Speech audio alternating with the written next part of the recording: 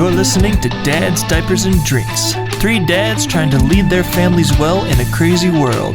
So grab a drink, sit back, relax, and enjoy the show.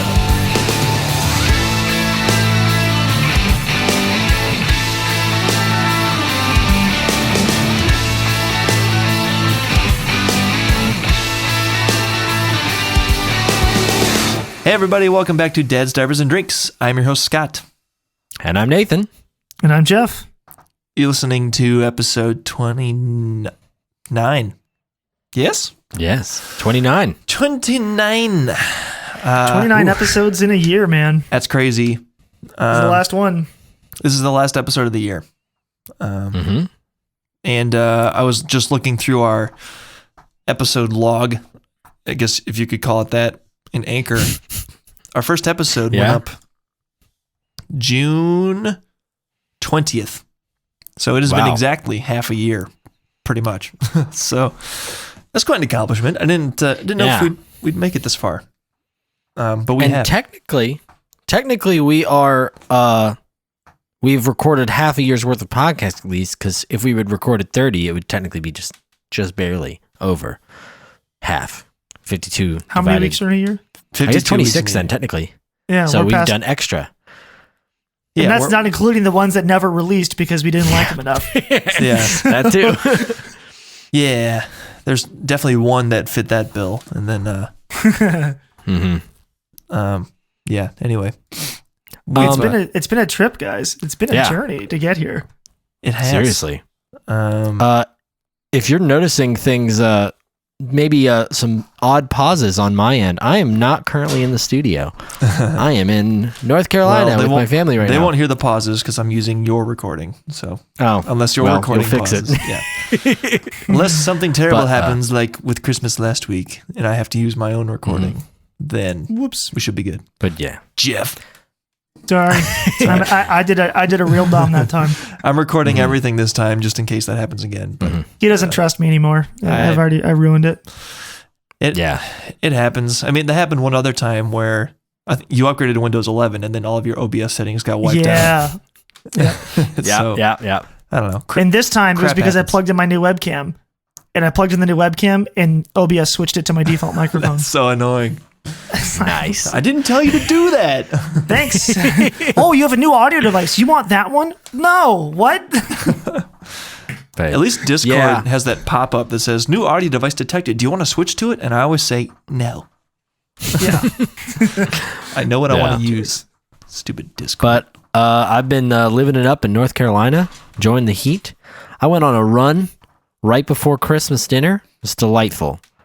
72 degrees and sunny. I don't like you. Loving it. We had like mid-50s. It was warm. Christmas, which is my kind of Christmas. But I was sad. Am I the weird one? I wanted a snowy Christmas. I would prefer I was sad it wasn't snowy. It's fine if I don't have to drive super far. Like as a kid, I loved the snow, but now that I'm an adult, it's just really a hassle. So we got spoiled last year because we got basically a foot of snow the day before Christmas. I don't know. And we were like, this is the most white Christmas ever. I remember I can't even drive if I wanted to. We had this year's been so opposite of last year, because last year we got so snowed I lost power at my house and had to abandon ship, and I took my pregnant wife and my 1-year-old daughter to my parents' house because they have a fire. Oh, they have a really nice wood burning inserted fire. So we went over there because they were going to be able to keep us warm. And our house was just freezing cold for like 3 days. Father! And this year it's like 55 degrees and sunny. It's like, what the heck, man? Yeah. I made the mistake of coming down here in a t-shirt because I thought it was going to be warmer. And it's a little chilly. Yeah. Real quick on the drinks, just so. Oh, yeah. Oh, we haven't done that. You guys aren't in the same room. It throws everything off. I'm drinking a Voodoo Ranger. Nice. I know it's I forgot.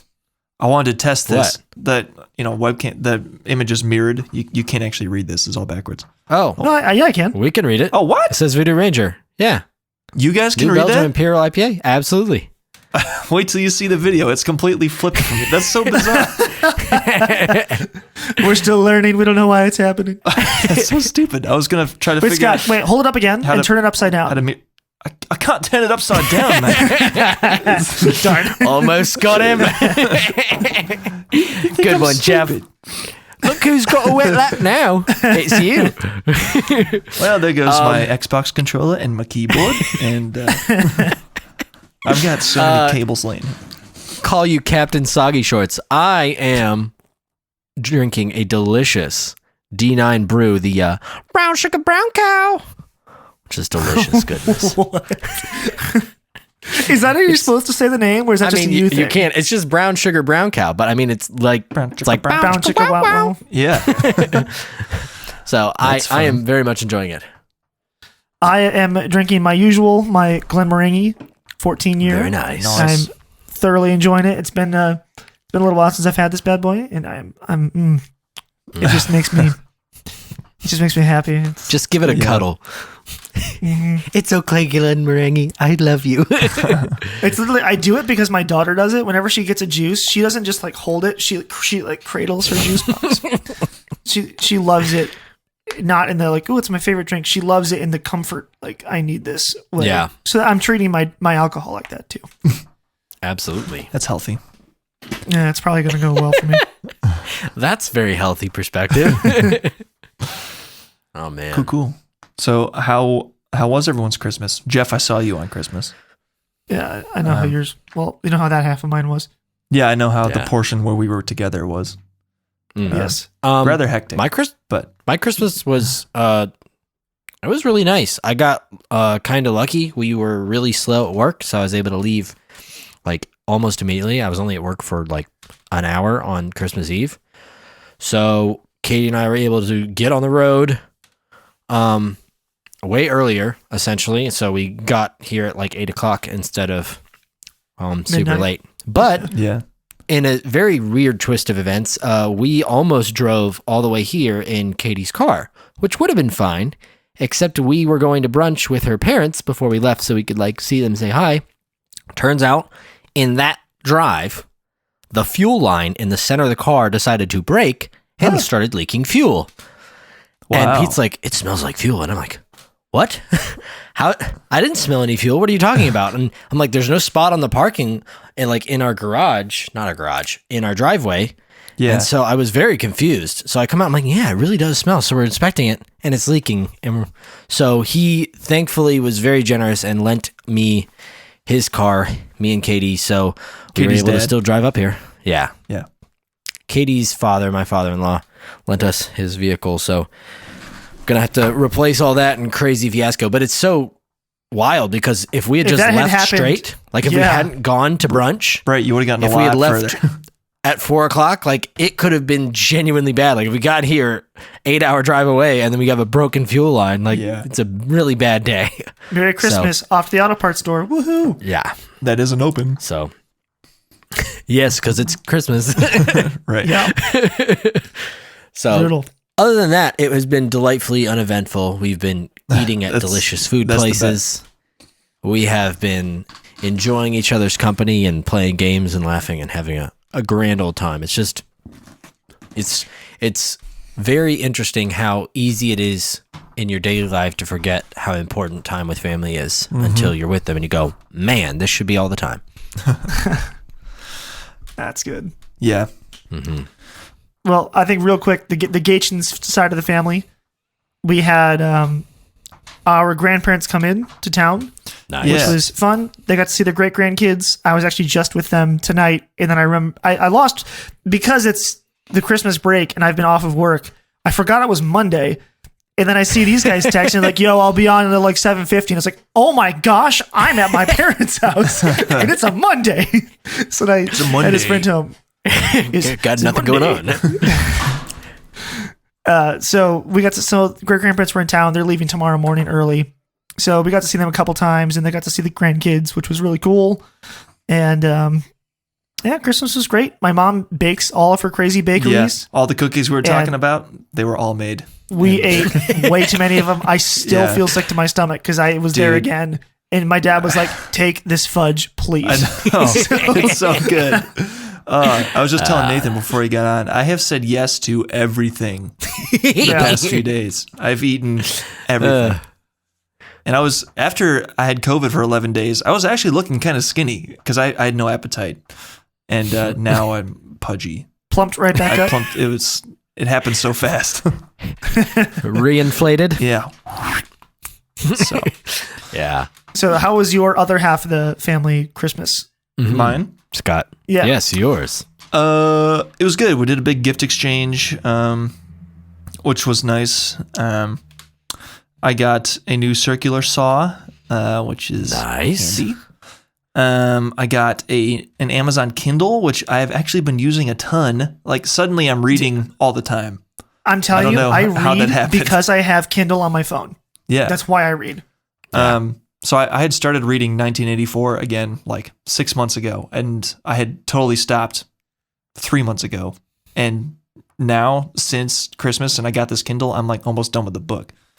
Like I've been destroying this book. So I got a library card, and so I'm on the waiting list to check out Dune, so I can continue reading it on the Kindle. I have the physical book that I'm reading right now, but I'm like 100 pages in or something. So I'm slowly getting through that, but yeah, it's cool. I like want to read things now, which is an amazing thing. Like I'd never actually wanted to read things before that. Yeah. There's a line. He's making his first appearance in this episode. Jordan Peterson recently posted something on the Twitters, which I liked. I liked on our @dadsdiapers or DDD pod on Twitter. Yes. And he was saying, someone asked him, so J.K. Rowling's in a bunch of fire and heat again because she's sane. She's an actual feminist. Yeah. Yes. And without getting buried in those weeds, someone tweeted at him, at Jordan Peterson, because he tweeted in defense of her, and someone said, "What do you think of kids reading books about witchcraft and stuff?" And he replied, "Anything that gets a 14-year-old to read 5,000 words is good in my book." Yeah. And I was like, I can't agree with that more. Anything that gets you interested in reading, and not just reading a little book, reading all of Harry Potter is a big ordeal. That's a lot of stuff in there. It's a very long, very complicated story. And anything that gets you to read that's so good for you. Get into reading. Reading is such a joy. It really is. I mean, it's like people like Nathan, you're into running now. Oh, yeah. You said you actually are happy you took a run before your dinner. I genuinely, I took that run. I was like, I feel so alive. I still feel so much better.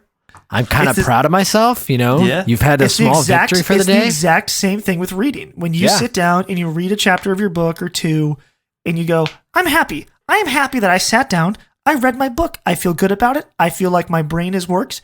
I'm happy. Like it's a really good thing to get into. It really is. Mm-hmm. Yeah. You can feel like you accomplished something without really doing a whole lot of effort. Which I'm cool with that. And you can learn, you can experience better stories than Hollywood ever produced. Yeah, all that stuff. Reading, I've been kind of fascinated with 1984 and the way it's written. It's an amazing story, but it's so much more a commentary on the. It's a political commentary nested inside of a fictional story, and the way he kind of weaves in and out of these voices, is kind of really amazing. I can't imagine being capable of writing something like that. It's just it's like several layers above what I would be able to put on paper, like put words on paper. So it's seriously, it's amazing. It's kind of fascinating. So I don't know. I'm excited to read stuff now, which is sweet. Very cool. But yeah, and then we went to her. So to jump back to answer your question, continue answering your question. That was Christmas Eve. Kelsey's family does all their stuff. And then Christmas Day, we kind of did our own thing in the morning, then went over to our parents' house, hung out with you guys, did more presents. Got a new 5-wood from Dad. That was sweet. And then hung out with Grandma and Grandpa. And then Kelsey's family is here until Wednesday. So today we went to Topgolf after work, which was fun. I was victorious. So to everyone's shock. Well, so astonished. There's some stud athletes on that side of the family, man. Really? Cade, the second youngest, is a 4 handicap now. Okay. Golf, which is what I am. He's a good golfer. In my opinion, I'm better than that, but I don't play enough to actually get it lower. Yes. Yeah. So he plays all the time. Like he works at Menards and then plays golf like every day. It's like his shift starts at 2, so he golfs in the morning and then goes to work, and then that's his life. But like during the summer, he's a full-time college student right now. But nice. So like, man, I wonder how good I could get if that were my everyday. But anyway, it's the same thing I said about like I still have the same level of talent that I did when I was a super competitive Rocket League player. I just don't have the time. No. Yeah. Like it literally requires time to actually perfect something. You can't just be really talented. It's like if you're not doing it 8 hours a day, you will not be as good as everybody else. Yeah. It's just part of the deal.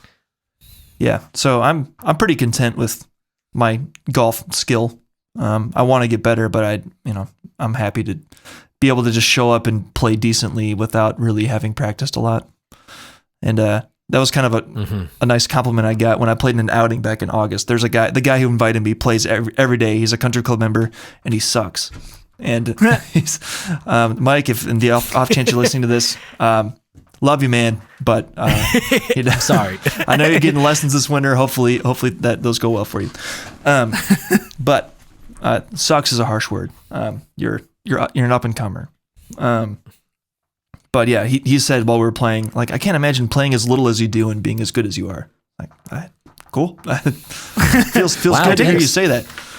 But I try to play once a week when the weather's good, but it doesn't always work out that way. You know, good weather means you have to do other things around the house and yard work and all, responsibilities. Yeah. Anyway, that was a long update, and we just wanted to. The content of this episode, we just wanted to kind of recap our year on this podcast. And in our lives too, some of the things that have happened, and just kind of how this podcast was born, and the ups and downs of it, and what we've kind of taken away from the whole year as a whole. Yeah. I mean, for me personally, I have loved being able to witness both of you guys as fathers and your interactions, and kind of just like gleaning off you guys, just catching the spray. You know, there's a lot of spray to catch. Like the wake on a boat, not like a different kind of spray. I'm not talking like Shamu over here. I just the mist. I've been feeling very fortunate, to be around you guys and watching you guys be fathers and learn how. And it only encourages me to want it more. Yeah. And so, wow. I mean, even with all the struggles that Katie and I have gone through, this is part of my story, and it's part of like this podcast specifically, and in encouraging me and, helping me not lose faith and hope in all of these things. Yeah. Well, that's great. I think we said it. I think we said it a while back, but obviously when we started the show early on, it was on the assumption that, Nate and Katie were pregnant. He was about to be a father. It was going to be this awesome. You're going to be a dad, and then. So when your whole year happened, we were, dude. Yep. You guys need to leave 2021 in the dust, man. Yeah. Scott and I were talking, and we're going, God, I really hope Nate. Like, we still like the show's a great idea. We've done all this like precursor work to get this thing. Like, oh man, we really hope he's going to be okay, and that he's still willing to do it. And you've been such a great, really a great sport, a great champ. I don't know what else to say. That's the only phrases I have for this stuff. I'm a sports person. That's the only things I know to say. But you've been such a blessing, really, to us and this show and this dream of ours, despite the unbelievable difficulty of the year. It's very respectable and impressive to both of us, at least, and I know for me. So we're just really grateful that you stayed strong through all this, and you've been your same funny, entertaining self that we so desperately need, because Scott and I are a bit dense at times. So you are the. I said this to a friend when the other thing about this year for me is actually producing something that people are listening to, and then I've had friends at church come to me and say, hey, I've been listening to your show. We really like it. It's like unbelievable to me. Oh yeah, it's wild. I was talking to a friend at church, and they're asking me like, well, why do you think? What do you think it makes it work? And I said, literally, Nathan. Like you need someone like Nathan to make this thing work, because otherwise I would just rant at people and you'd probably think it's boring. Like you need someone else to cut through. It's like he's the secret sauce to it. And I'm just I'm so happy that you, despite the unbelievable difficulties you've had this year, that you've been part of this, and you've been such a great part of this whole year. It's been really awesome. Yeah, it's really great. But thanks. Yeah. But yeah, and I'm excited for you guys to become parents, and I know you'll tell us when you're ready to. I kind of don't need to rush that. No pressure. No pressure. I will say, as it pertains to 2021, I am definitely dumping 5 gallons on the floor, walking out backwards, and tossing a flare in it because it's done. Yeah. Roasted. All of Katie's injuries and you most likely having COVID like last week, and then she got it, and we had to cancel a party, and What else happened? I mean, what other crap? I forgot what else happened. No, Katie was just in. It was all Katie's been in multiple surgeries. She's been on and off of hormones. We've gone through miscarriage. All the surgeries. We've gone through an ankle breaking, which was supposed to be a few weeks and is now 3 months, and she's still barely walking around in a boot. So it's just been a year, but honestly, it has shown me, some people, I don't know who it was that was talking to me about it, but they were saying how most couples in marriage don't have to go through this much crap in their first 3 years of marriage. Then, it's usually like 10 years, like spread it out a little bit. But the amount of stuff that we've had to deal with, even just this year, has been astronomical in comparison to the usual. And so, to be able to feel like we've come out stronger than everything is just it's so rewarding. And it doesn't feel like we've been defeated. If anything, it feels like we've definitely are stronger than we were. Well, that's ideal. That's perfect. Yeah. It sounds pretty ideal. Yeah. But I'd say for us in our year-end review here, one of the things that, like, for me and my family has been incredible is we obviously had our second kid this year, and the family dynamic of 2 kids is just crazy. It's just craziness. So it's been kind of high stress, which is no shock to anyone who has multiple kids. It's just been high stress, and I'm thoroughly happy that at the end of this year, I am, as much as my daughter has been driving me completely nuts the past couple days. She's been like the worst behaved she's ever been in her life the past 3 days. Dude, it's been something else. So, yeah, I didn't know. She was. She seemed bad to me when we were around you this weekend. I was like, "Is this typical?" I don't know. We're not around you all the time. This has been so bad. Woof. We do not know what happened. She's just been terrible for the past 3 days. Yeah, but it's been crazy, and it's been honestly really fun. Like, it's been stressful and nuts having a second kid, but I'm so happy to have my son, and to be able to say, like, I have my son. I just it makes me so happy. Yeah. So this year's just been nothing but crazy. And we joked when Ellen was pregnant in the early parts of the year that this will probably be the hardest year of our lives, we think, because we'll have a 2-year-old girl and we'll have a baby. So this is probably going to be about peak tough, at least for a foreseeable future. I mean, maybe 18's hard. I hear that one's tough too. But at least for the foreseeable future, this is a pretty tough year. And we think next year's probably going to be about the same, maybe a little easier. Who knows? But this is about peak bad, and our marriage and our family life at home is as good as ever.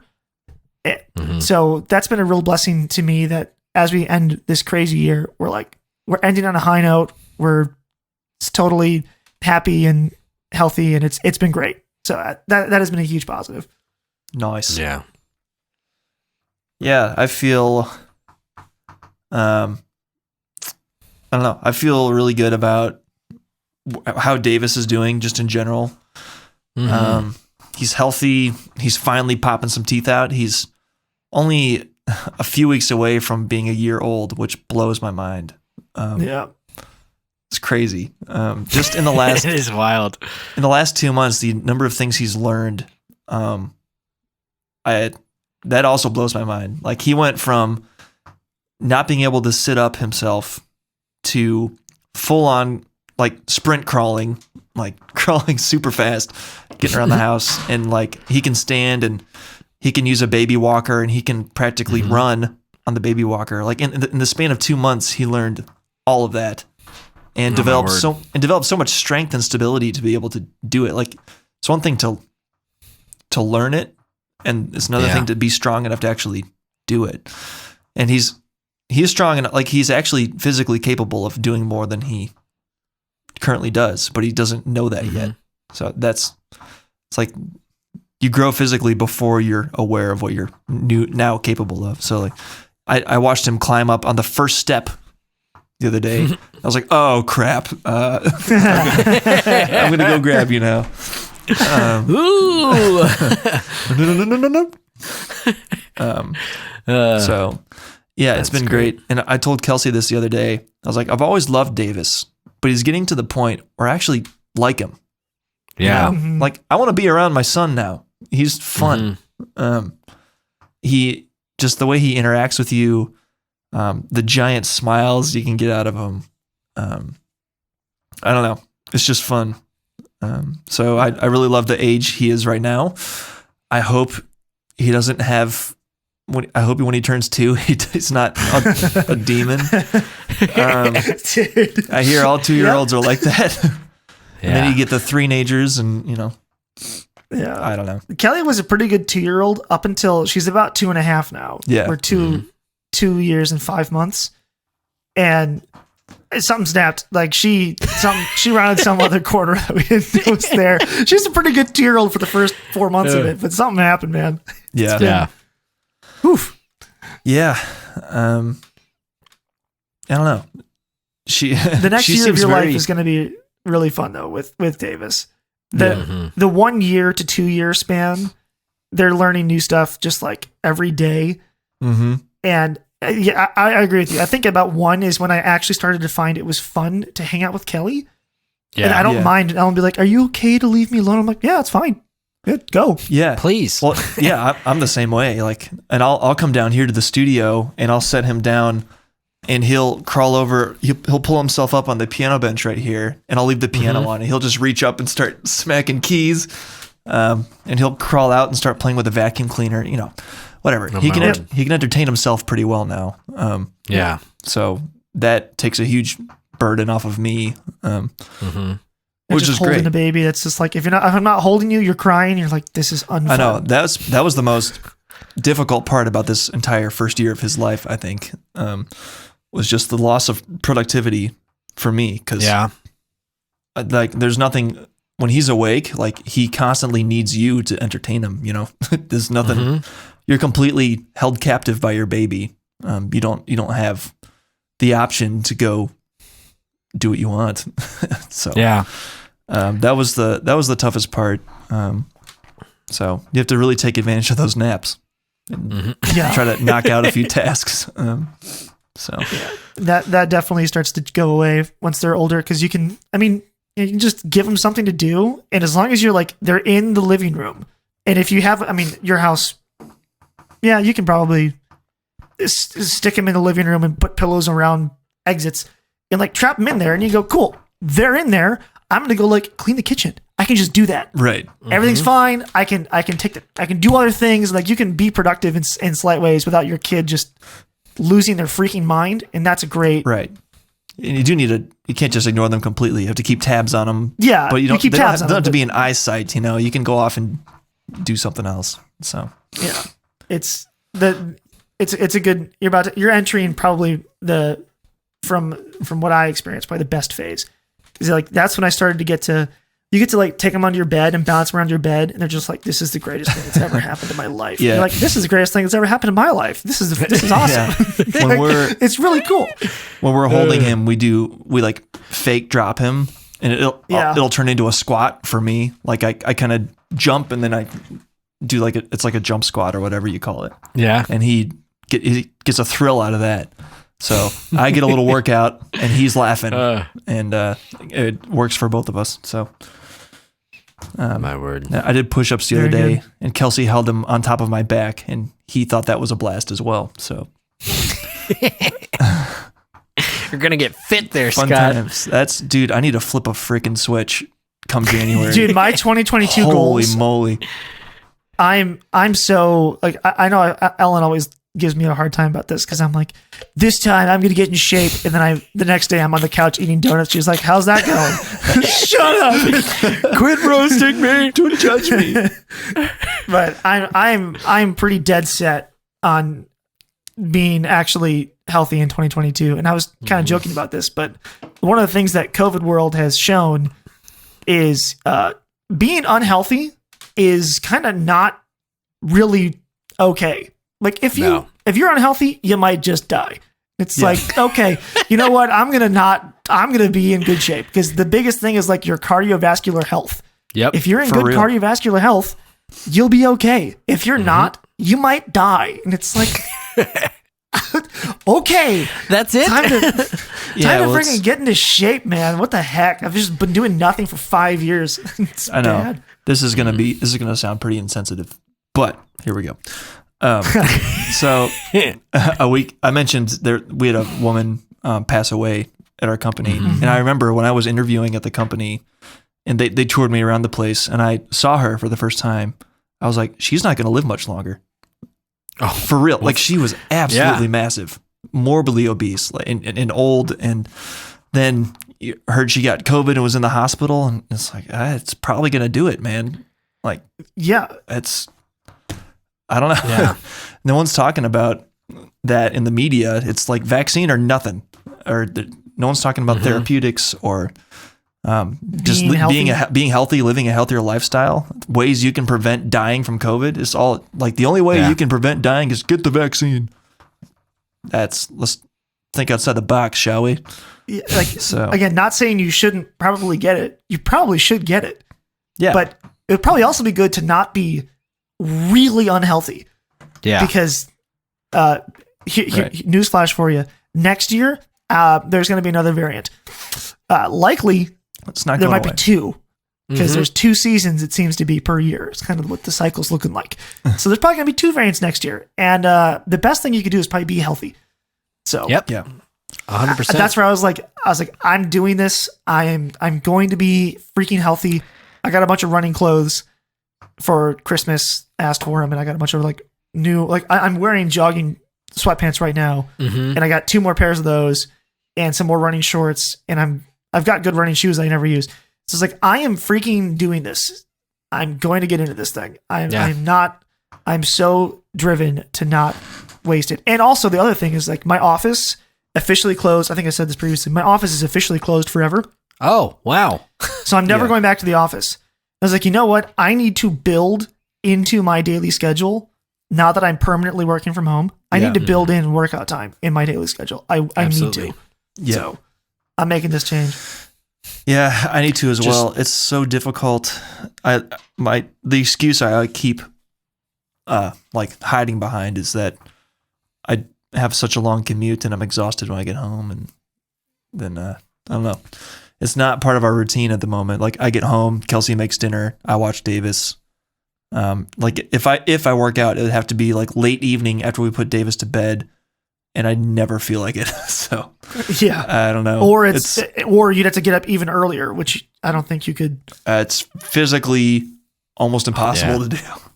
Yeah, I mean it's 100% a thing that you have to commit. You have to sacrifice. You have to sacrifice your now for future you, and it's not easy. Like it requires effort. I almost get upset when things in my schedule get in the way of that. I'm like, no, I was gonna go for a run today, and now I can't go because of this. It like fat. Makes me angry. Oh yeah. And it's just, I don't know. I've finally done it long enough to see the value in it, but it is not easy. Objectively hard. Yeah. And it's harder mentally than anything else. Yeah, I've found that I am capable of waking up very early. Like I knew, so we're supposed to meet at Topgolf today at 3:30. That's when we started. I normally leave work at 3:30. So I was like, all right, I'm going to get into work super early so I can work a full day and leave by 2:50. So I didn't quite pull it off, but I was in my chair by 6:45 this morning.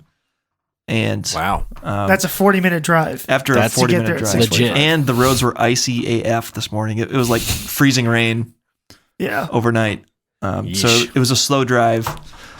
Yeah, so I was in my chair by 6:45 a.m. It's like, I can do it if the willpower is strong enough. It's just never strong enough. So it's tough because like Kelsey really looks forward to me getting back home and being able to help with Davis and watch him because she's usually done by the end of the day.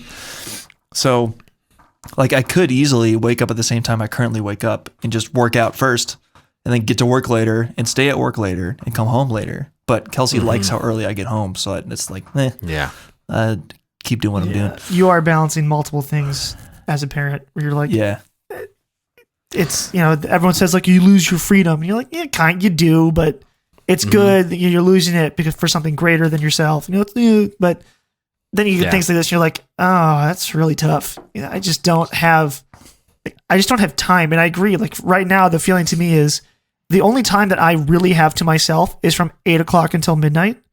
Yeah. And the odds that I'm going to go for a run, it's like, not high. It's really not high. So if I'm going to do this, I told myself I have to do it before the kids are up. Yeah. Or something.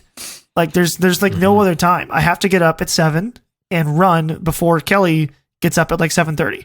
Mm-hmm. It's like, that's not that hard. I can get up at 7. I do that half the time anyways. I just need to like do it and then get up and then go run and then get home and deal with the kids. Like I just need to build that in. And I have never done it, but I need to.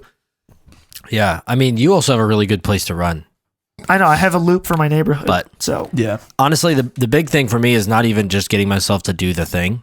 It's to do the small task that's the preliminary to it. Like, all right, go put your shoes on. And then once your shoes are on, you're like, well, I guess I'm running now. Once you've had to lace them up and stuff, those kinds of things. But other than exercise and Scott reading more, do you guys have any more like, I hate resolutions because I feel like, I've got a New Year's resolution to do this. And the likelihood of that actually occurring is slim to none because we don't hold them to any particularly high standard in America or just in general. At least I don't. I forget about them because something comes the way.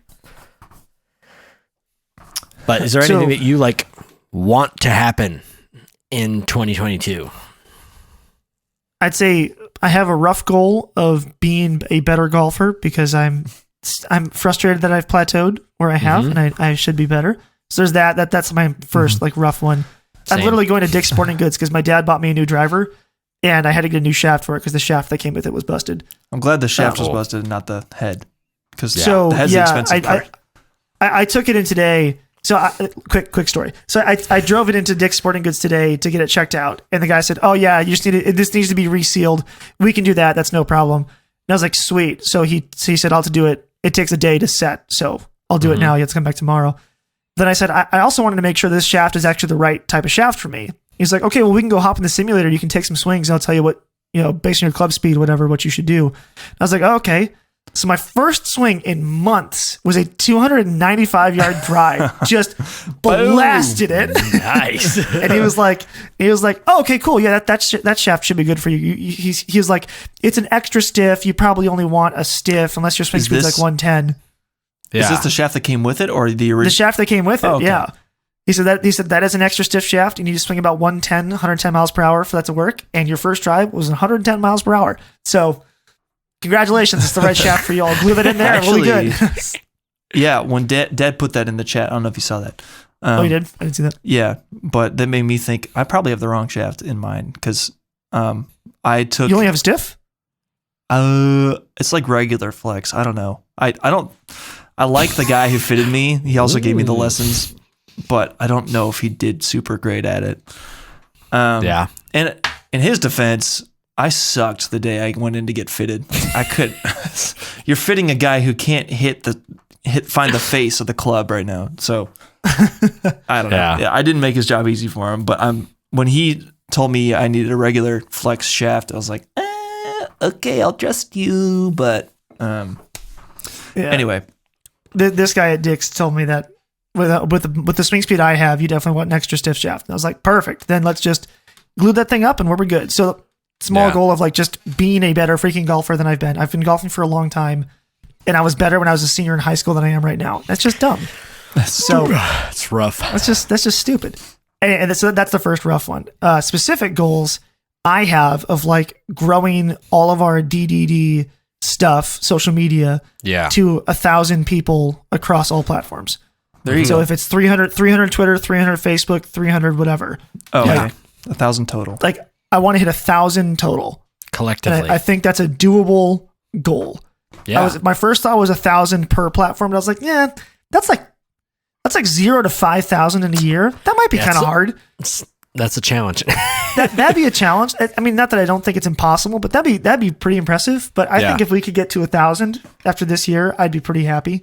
So that's kind of my goal for this. I need to look into the advertisement like minimums.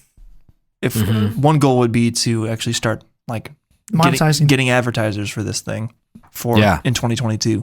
Even if it's small range sponsors. And unironically, I have connections. Too. I unironically have connections in that type of space too. So yeah, good stuff. I can go bug my buddy Ted, who has a 50,000 subscriber YouTube channel. That's right. Who has sponsored segments all the time. Yeah. Hey, who do you talk to? That's right. Like, I can start sticking my face into that pile at some point here. For me personally, one of my goals is last year I started, well, I guess it was listening technically, but I've been listening all the way through the Bible, and I got about a third of the way through. And then I got distracted with life stuff and other things. With 2021 for you? I put it on the back burner, and I really want to make it all the way through Revelation and fully hear every single word in the Bible. And it's funny when you put it that way. Yeah. Hear every word of the Bible. That's interesting. I do believe this is the word of God, and I just want to make sure I've actually heard I want to hear all of it. Yeah. I mean, even just listening to the first portion was like the amount of benefit that it brought to me with understanding is astronomical. Like I've been in church my entire life, and I learned things that I never knew before. And I know that's going to keep happening if I did it 100 times. You're hitting on one of my biggest gripes. Since I, in my adulthood, started to actually read the Bible on my own, is my biggest gripe being, you hear like the idea of like, oh, that was taken out of context is a very common phrase in modern culture. It's like, oh, they took that clips out of context. And it's like, isn't context like so important? It just changes the way you read everything. It's like you go to church and it's like, here's a verse out of Acts. And you're like, but where did that happen in the story of Acts? And how does that relate to Peter, the guy who wrote 3 other books? And he said this about it later. And it's like, all of that matters. And we just look at, like 2 verses. It's like, dude, you just can't do that stuff. Yeah. You have to just sit down and read one of the letters. It's a letter. It's meant to be read like in its entirety. So sit down and read one of the letters. It changes the way you read it so much.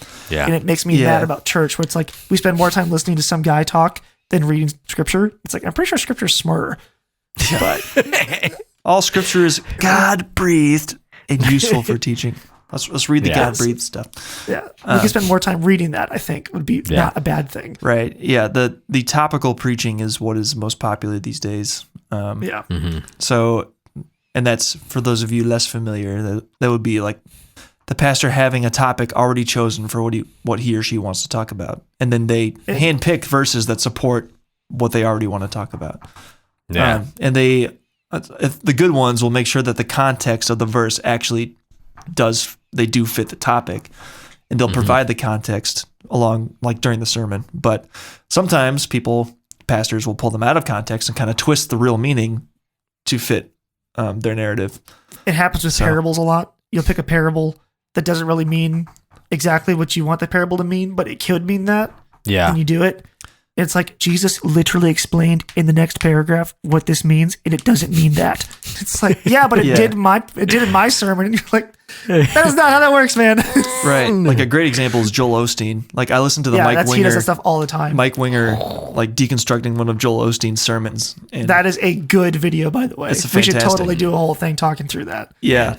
It was amazing the way Joel Osteen spun just the story of like David becoming king, and he completely changed the motive of it.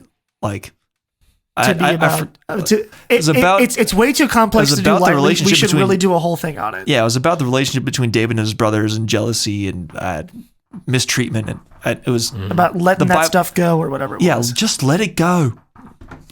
Yeah, I don't know.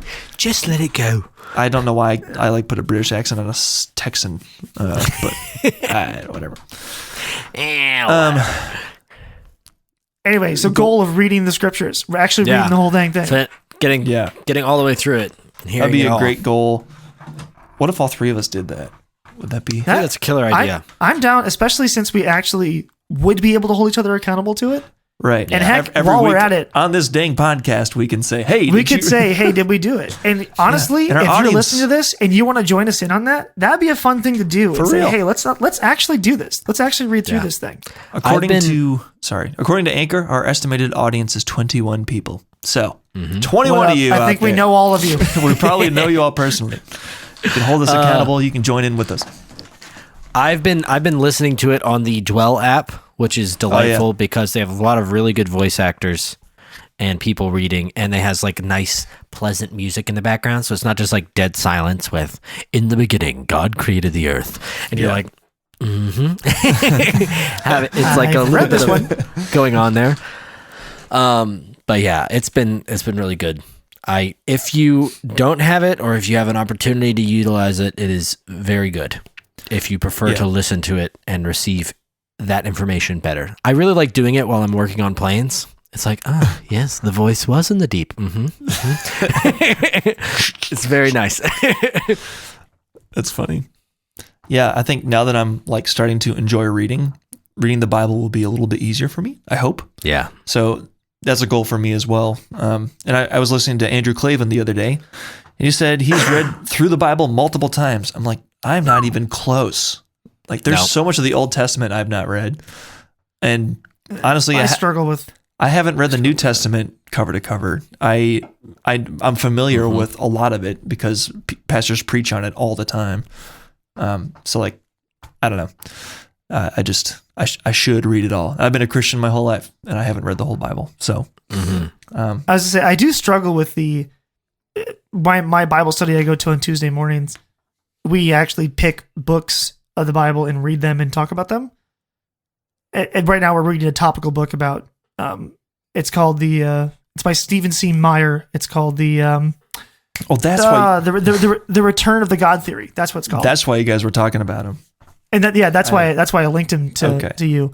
But so we're reading his book right now. We're about halfway done with it. But we've been doing Bible studies of different books of the Bible too. And I have found a number of the Old Testament books of the Bible to be, this is a bit spicy, to be unironically not valuable to a Christian at all. Like that one. Interesting. Some of the minor prophets, give those a read for yourself. You will get 0 out of reading one of those things. Yeah. Like, there's context. It's one of those, there's better things to do with my time. Well, that's kind of where I fall. It's like, Jesus is all that matters, really. Like, we live in the New Testament still.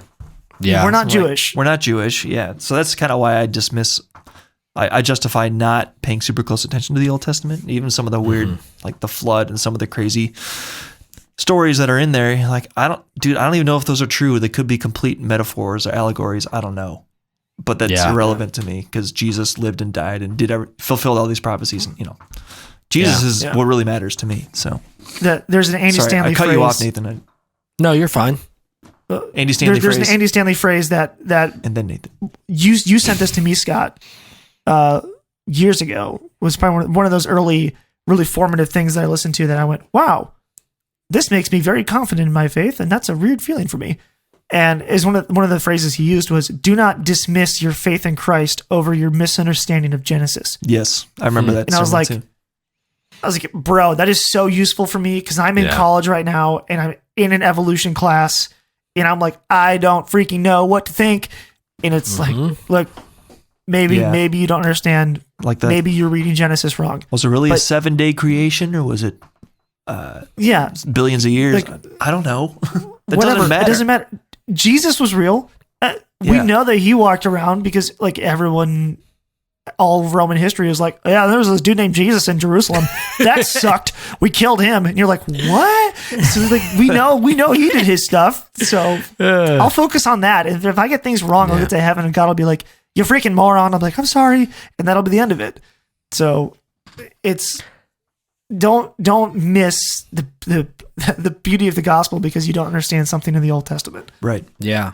And the Old Testament, I feel like, has a lot more power in its ability to fulfill some amount of, I don't want to say backstory, but it creates the scenario in which there can be fulfillment in the New Testament. And a lot of contextual information where, hey, like they'll say something in the New Testament and it kind of doesn't really make much sense. But if you understand the spirit behind it, in a sense, that is spoken in the Old Testament, you can gain that understanding that you would typically miss. It's like subtext. Yeah, I was thinking about that recently. Like if the entire Bible was manufactured, made up, fake, bravo. I know, seriously, props. real. What an amazing effort. From hundreds of authors over 1,000 years. Impressive. Yeah, that's amazing. The number of parallels, things that connect together, the prophecies talking about Jesus' life and then Jesus actually being born and fulfilling them. And and not being written by the same authors, and even the authors that had already written things, they lived thousands of years apart. Like the people that wrote stuff in the New Testament didn't read the stuff the people that wrote in the Old Testament. It's not like they had access to everything. It's like it was all just happened to work together. Yeah. So I don't know. Well, I believe we are. Go ahead. You're fine. So I believe the Bible for many reasons, and that's one of them. Because making the whole thing up seems preposterous to me. So. It almost seems more insane. Yeah, I don't know. Yeah. Well, I think that we have, at least we've got plenty of good goals. I think it's good to have goals that are both mind and body and spirit. And achievable. They're not too over, didn't set our sights too high. I am very excited to see where this podcast goes and where we go as fathers and men. Yeah. And it's going to be great. Another 2022. One quick goal I have to add for myself. Hit it. This is one I've had for the past 3 years, I think. But record and release my own freaking music. You can do it. I don't know. It's Scott, I have to say, I told you this in person. We just had for Christmas this year, Fellowship did a pre-recorded sermon with Scott produced the music for it. I mixed it, yeah. Whatever, produced it, whatever phrase you want to use. Produced is the general phrase that people would recognize. And it sounded freaking good. It sounded, I've listened to it like 3 times now because I just wanted to go back and listen to it again. It sounds really good. Yeah. Scott, you're pretty good at this. You're way more talented at music than you give yourself credit for. And you just need to get out of your own dang head. Thanks. Get out of your own way. Thank you.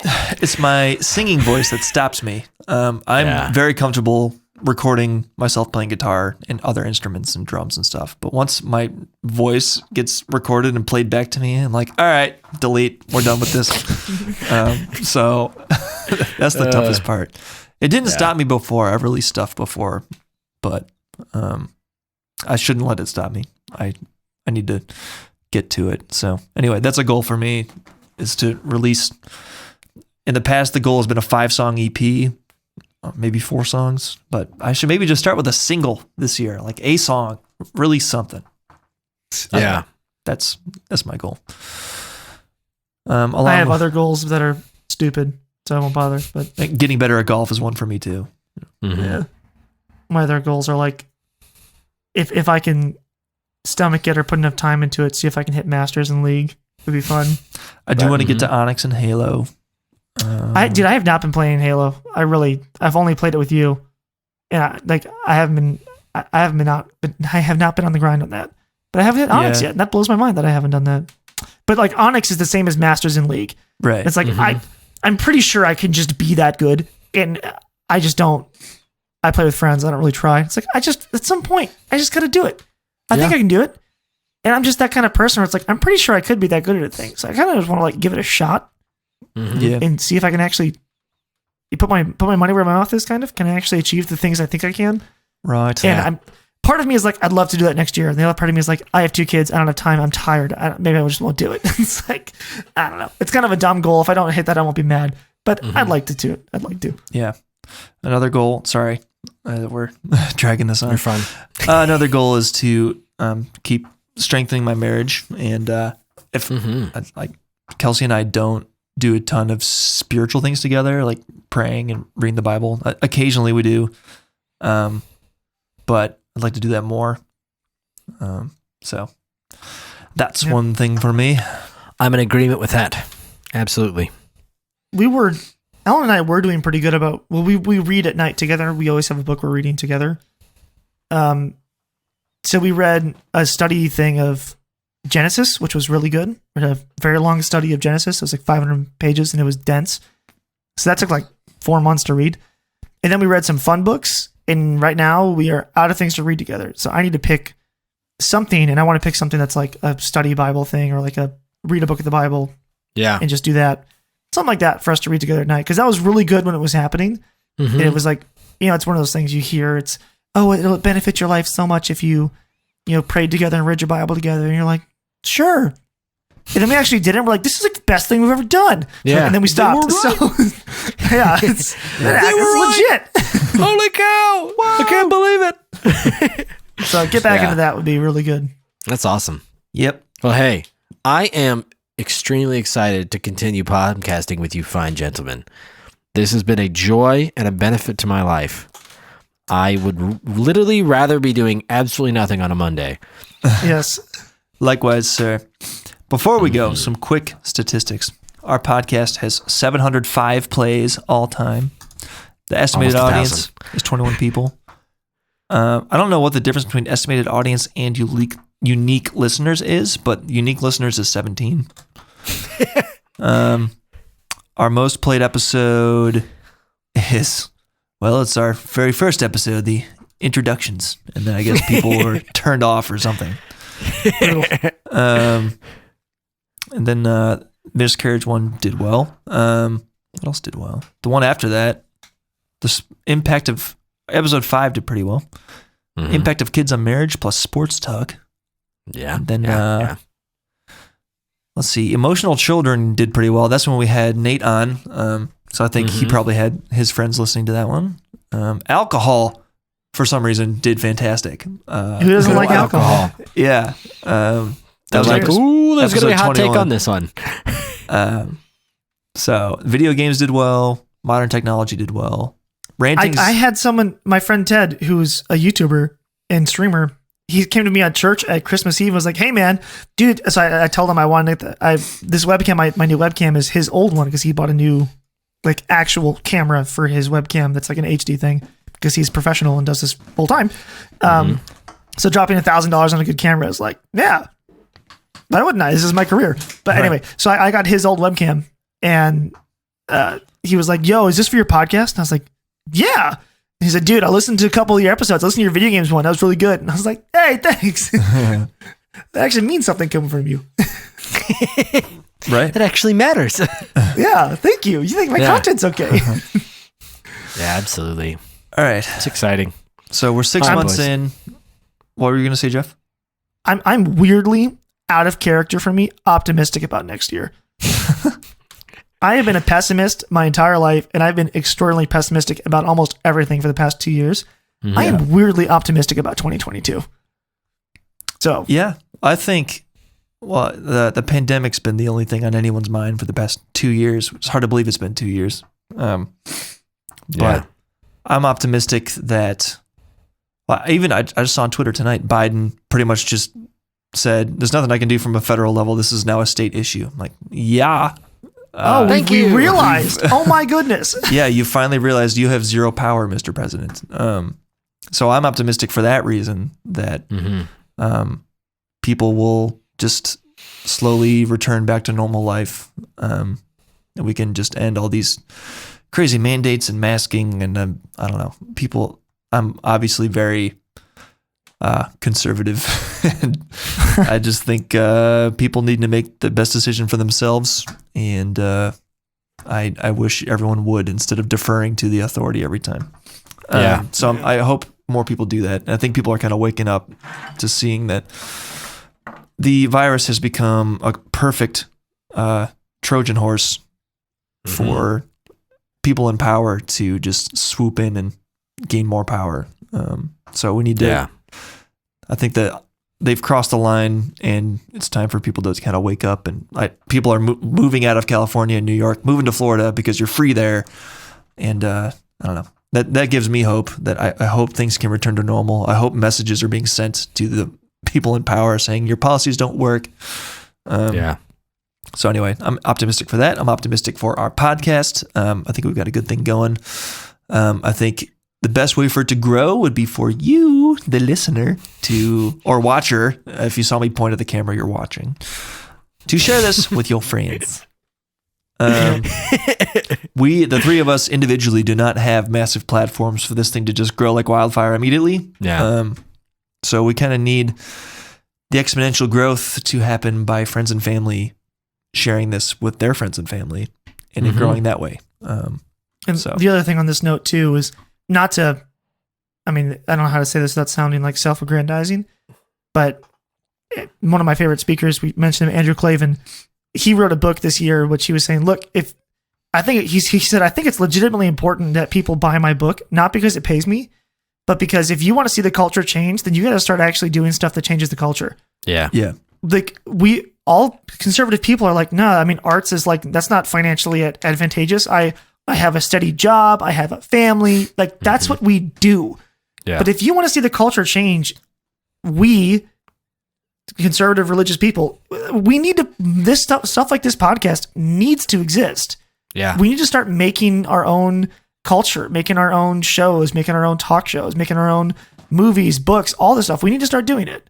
So I actually want to see the next generation of young men grow up, be fathers, be men, and lead their families well. Like I legitimately want that for people. And if our little podcast where we talk about these type of things and we hope to encourage other men, encourage wives to understand how their men think and deal with problems, and encourage people to step into this amazing journey of life. Like that's important. I legitimately think it's important. And I hope people who listen do too. And you're bold enough to say, hey, at least someone's trying. At least we're trying. Give it a chance and promote it and see what happens. See if this is actually something that can be beneficial to people. So that's the self-advertisement. A little awkward, but I don't know what else to say. That's fine. So yes, follow us on our socials and share. Yes, please. Let people know. We're trying to be more bold ourselves and actually share our own stuff. What Jeff said right there is exactly what we're about. And that is literally the entire goal. We all have paying jobs and we're not trying to make money off of this. We just care about it. Make something that's decent that encourages people. Be thankful you've gotten 29 ad-free episodes. I don't know what happens if we turn ads on, if I have to go back and like retroactively I have no idea. Add them to these old episodes. That's going to be a freaking monumental task, and I'm probably not going to do it. Because I upload these as one chunk, so I'd have to like splice the advertisements in each episode and then re-upload. Not worth it. Whatever. You don't care about that. Yeah. All right. Well, thanks for listening. I hope you had a Merry Christmas. I'm not going to say the politically correct Happy Holidays because you probably celebrate Christmas. I'm just playing the odds, guys. Playing the odds. That's all we got for this one. Hope you have a Happy New Year, and we'll talk to you next week. Bye. Cheers.